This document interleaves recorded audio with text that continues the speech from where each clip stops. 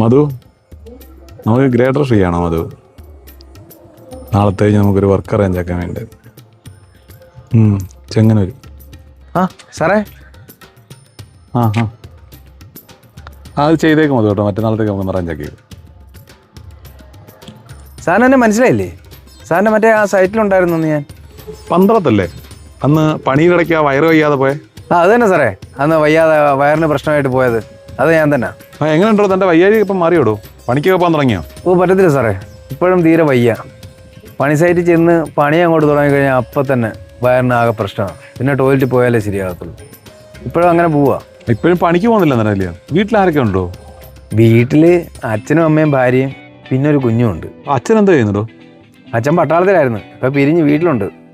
അപ്പൊ പെൻഷൻ കിട്ടുന്നുണ്ടാവില്ലയോ? അപ്പൊ അമ്മയോ? അമ്മ ടീച്ചറായിരുന്നു സാറേ. ഇപ്പം അമ്മയും പിരിഞ്ഞ് വീട്ടിലുണ്ട്. അപ്പൊ അമ്മയുടെയും പെൻഷൻ ഉണ്ടല്ലേ? ഭാര്യ ജോലിക്ക് വല്ലതും പോകുന്നുണ്ടോ? ഭാര്യ നമ്മുടെ വില്ലേജ് ഓഫീസിലെ ക്ലർക്കാ. അവളെല്ലാ ദിവസം ജോലിക്ക് പോകുന്നുണ്ട്. അപ്പൊ അതാ കാര്യല്ലേ. ഇത് തന്റെ വയറിന്റെ കുഴപ്പമല്ലടോ, തിന്നിട്ട് തന്റെ എല്ലിന്റെ ഇടയിൽ കയറുന്നേ. ഒരുപാട് ഡോക്ടർമാരെ കാണി സാറേ, ഒരു മാറ്റവും ഇല്ലായിരുന്നു. അപ്പൊ സാറ് പറഞ്ഞായിരിക്കും ശരി. ഇനിയിപ്പോ എല്ലിന്റെ ഡോക്ടറെ ഒന്ന് കാണിക്കാം.